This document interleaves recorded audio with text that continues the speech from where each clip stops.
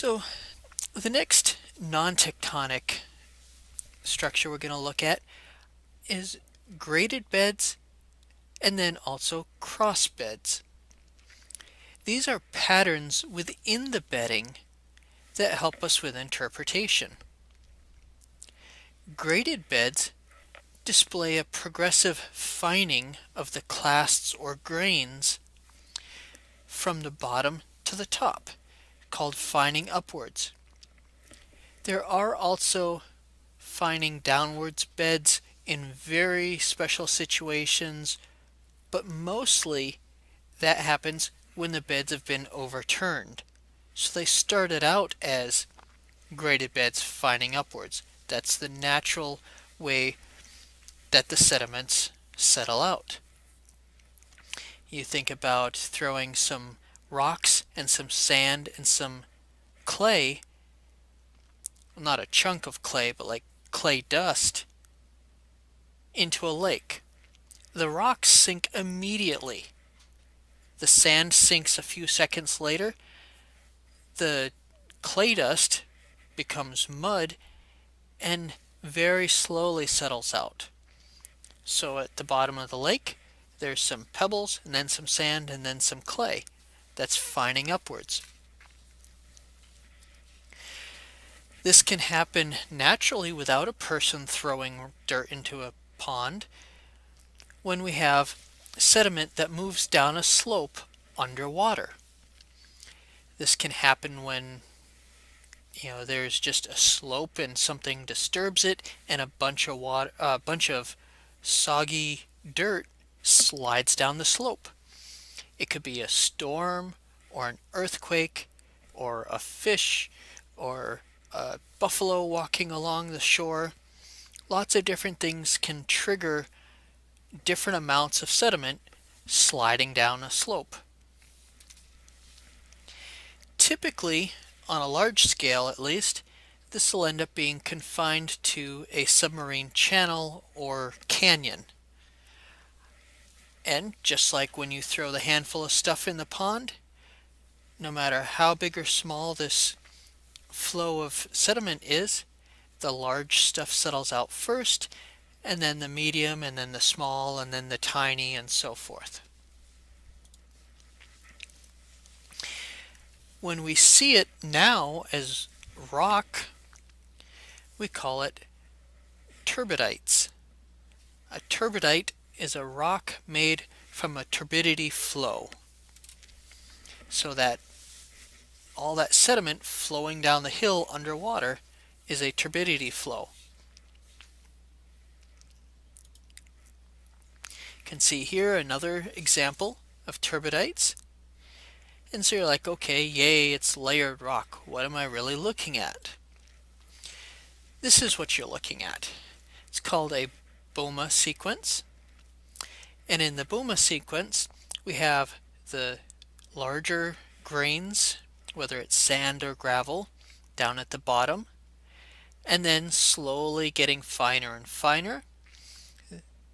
An area kind of near the top will have very fine sediment that's kind of wavy and disturbed because there was still motion in the water from the flow, and then at the very top is the superfine stuff that settles out after all the motion and flow has stopped, and it just over a long period of time can finally settle out on top.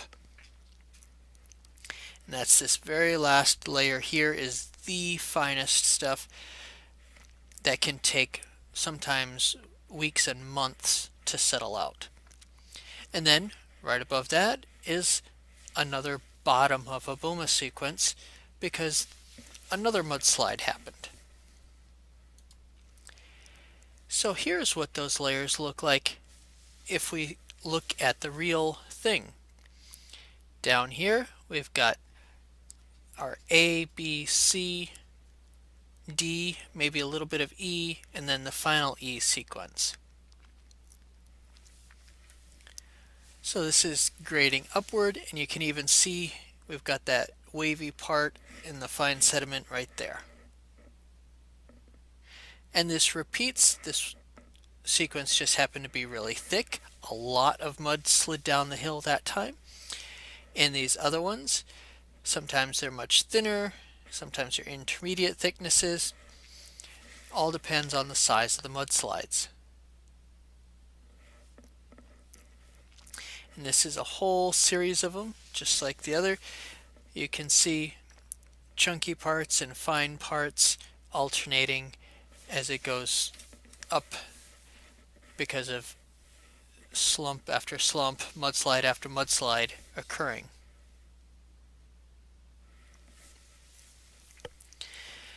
Crossbeds are quite different.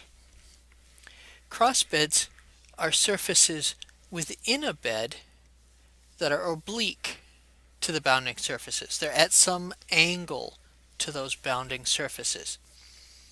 And this happens when the deposition is occurring in a moving fluid, whether it's air or water. Sand dunes have crossbedding. Sometimes shorelines have crossbedding in the sand. We can divide it into three distinct sections: top-set beds, foreset beds, and bottom-set beds. Top-set and bottom-set, the names are pretty self-explanatory. They're at the top and the bottom. But it's important to note the rest of the definition. The top-set beds and bottom-set beds are parallel to the bounding surface, and they're very thin. Foreset beds are in the middle, but they make up most of the thickness, and they're the part that's inclined. Let me show you. Here we can see top-set beds. They're thin and they're horizontal. They're parallel to the bed surface. Here's all the foreset beds. They're these thick tilted parts. And then here are the bottom set beds. So it's like big swoops. And this arrow is indicating the direction of flow. And it's the same setup whether it's airflow or water flow. Here's a real example. So in this case, the flow was from the right to the left. Here's a top set bed, and here's the bottom set, and here are all the foreset beds right in the middle. And then a whole nother sequence of them. And then below that was another sequence of them. So multiple sets of crossbeds. Here's a large scale example from a distance. These are paleo sand dunes. They were sand dunes that got buried deep enough and long enough to solidify into rock, so they can't flow and blow in the wind anymore, but then erosion re-exposed them.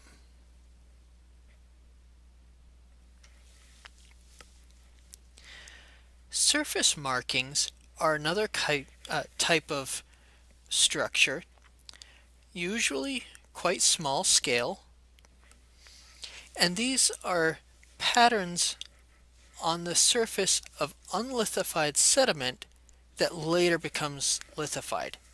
So this is like a dinosaur track in rock. It wasn't rock when the dinosaur stepped on it. It was mud or sand. It got buried in such a way that it didn't destroy the footprint. Then it got buried deeper and deeper and deeper.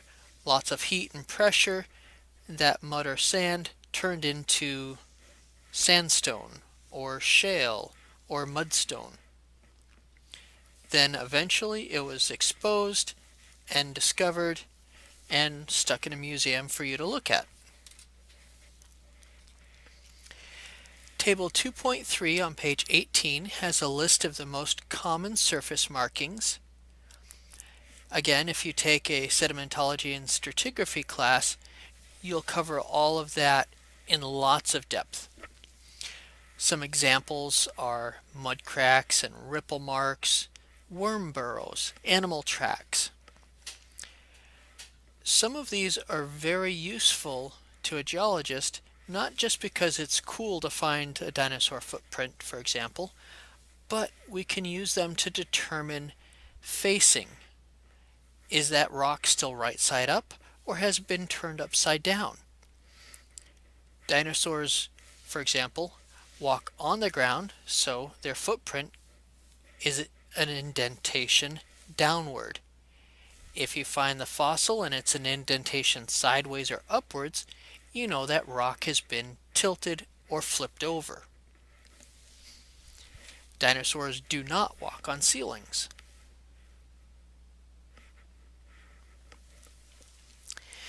Disrupted bedding. This one is looking at things called load casts, sometimes called ball and pillow structures. This happens when you have a dense sediment like sand lying on top of less dense mud in a wet setting.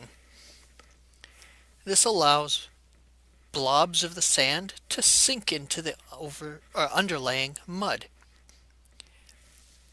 Think of like a lava lamp and you see those blobs that start falling down because as they sit at the top, they cool off and become more dense than what's under them. So they start sinking down as a blob. Well, rock can do that in a very wet environment because it isn't rock yet. It's just sand and mud that eventually became rock. But sometimes things can be in the process and then it gets dried out and it sits there, then it gets buried enough that it lithifies and it basically captured, like a photograph, that blob sinking into the mud. We can also see sand volcanoes. This is another kind of disrupted bedding. That's pretty cool unless they're happening all over your yard. This is when the mud starts to lithify first, or at least solidify, and it pressurizes the sand and water underneath. Storms or earthquakes can result in cracks in those mud layers. And these are usually pretty thick mud layers, so they're very heavy.